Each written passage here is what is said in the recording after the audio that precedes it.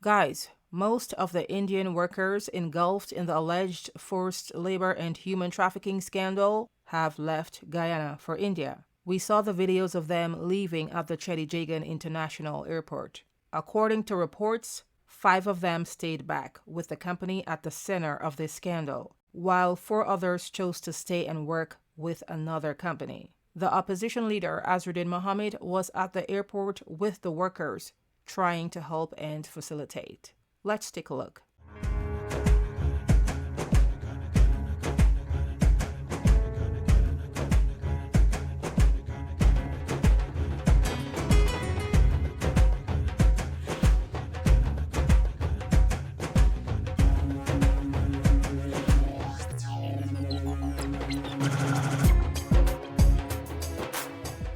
We learned that Mohammed donated 1 month's worth of his salary, and that he also used his personal resources to help purchase the plane tickets for the workers to fly back home. Mohammed's salary is approximately 300,000 Guyana dollars. Our team has not seen any record as proof of purchase, but that's what's out there based on a social media post by Team Mohammed. The post says several businesses gave money towards the tickets. According to Trip.com, the average cost of a one-way flight from Guyana to India typically costs between $1,100 and $1,600 US, with the absolute cheapest promotional fares starting at around $826 to $900 US. When you convert that to Guyana dollars, we're talking about approximately 320,000 Guyana dollars on the high end of the ticket price, and 165,000 Guyana dollars per a ticket when the fare is at its lowest average cost. Do the math. For about the 28 workers that left, we're talking about approximately $8.9 million Guyana dollars for the tickets at the highest price, and approximately $4.6 million for approximately 28 tickets if purchased at the lowest average price. Honestly, all of that is besides the point. What matters is this. The workers who choose to return, they are no longer in the predicament they found themselves in Guyana. We really don't know the full truth about the story. Will we ever get the truth? That's anyone's guess. All we have are allegations, denials, and an ongoing investigation by Guyanese authorities. There's also allegations of a cover-up by the government, allegedly, because of the slow pace at which the investigation is going. The final takeaway has not seen any evidence to confirm that. Therefore, we're going to treat that as hearsay. Notwithstanding, we shouldn't allow the unknowns and the speculations to overshadow what many are describing as a happy ending for the workers who were able to return to their home country and be united with their families and loved ones. Anyway, how did we get to this point? Well, what had happened was, last month, approximately 38 Indian migrant workers employed at the Ika Atrim quarry in Kuyuni Mazaruni, Guyana, made some bombshell accusations against the company. They alleged they were subjected to forced labor, harsh living conditions, and unpaid wages. On top of that, workers claimed the company took away their passports and that they were threatened with a $2,500 fine if they tried to leave the company before their work contract ended.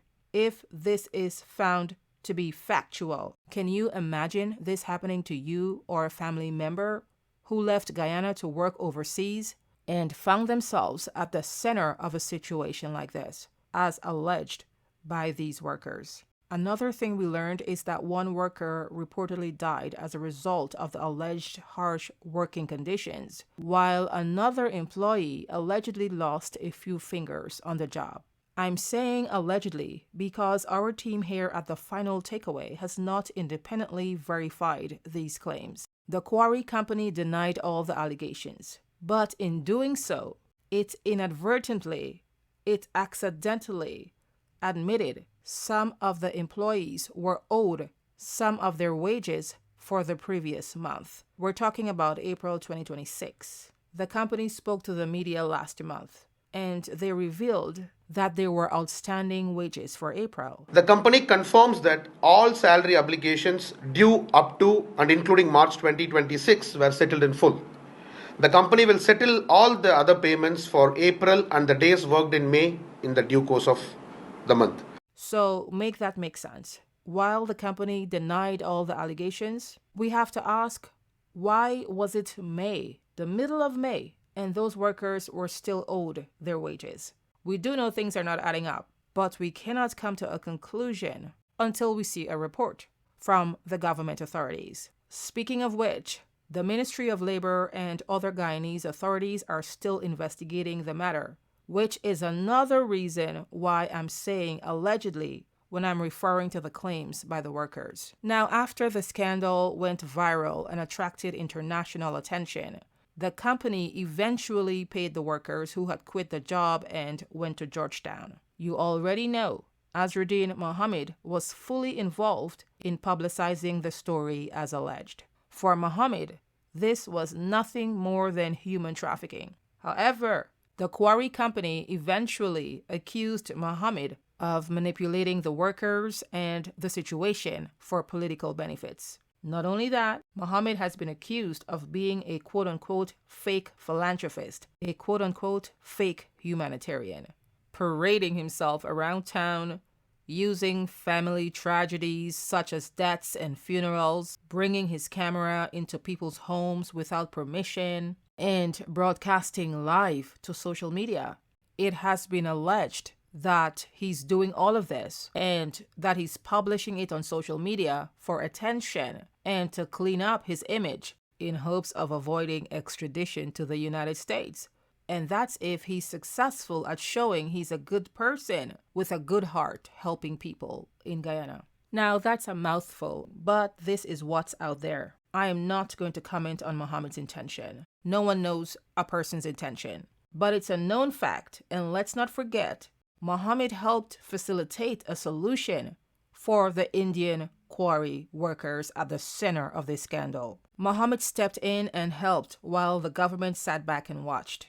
To be fair, it's not the government's responsibility to do anything for these workers. The government did not hire them. And besides, helping the workers in a controversial matter like this could make the government look like it's taking sides. It could make the government look biased against Ika Atrim. That's not a good look for the government's image. Besides, there is still an ongoing investigation. And we expect a full and transparent report, one that is published to the public.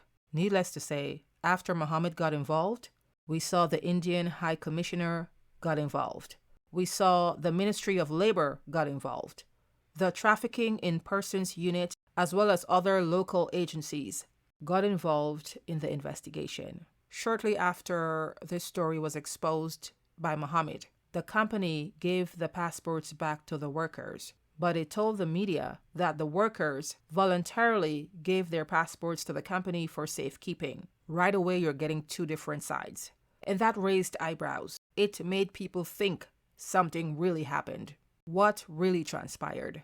But getting back to the latest update, the workers have left Guyana, all but a few who remained in Guyana. Now, there are two different accounts of why they stayed. Mohamed's camp says the men found work with another company. Another report claims the men returned to work for the quarry company. Regardless, that doesn't change the essence of the story and what many Mohamed supporters and other Guyanese believe to be a happy ending for those workers. For now, we await a final and comprehensive report from the government, one that is made public for full transparency. So guys, what are your thoughts on all of this? Please feel free to jump into the comment section and let us know what you think. Anyway, it's Saturday and I know you've got a lot to do. I've got a lot to do, but I thank you for tuning in. So how about we just skedaddle out of here?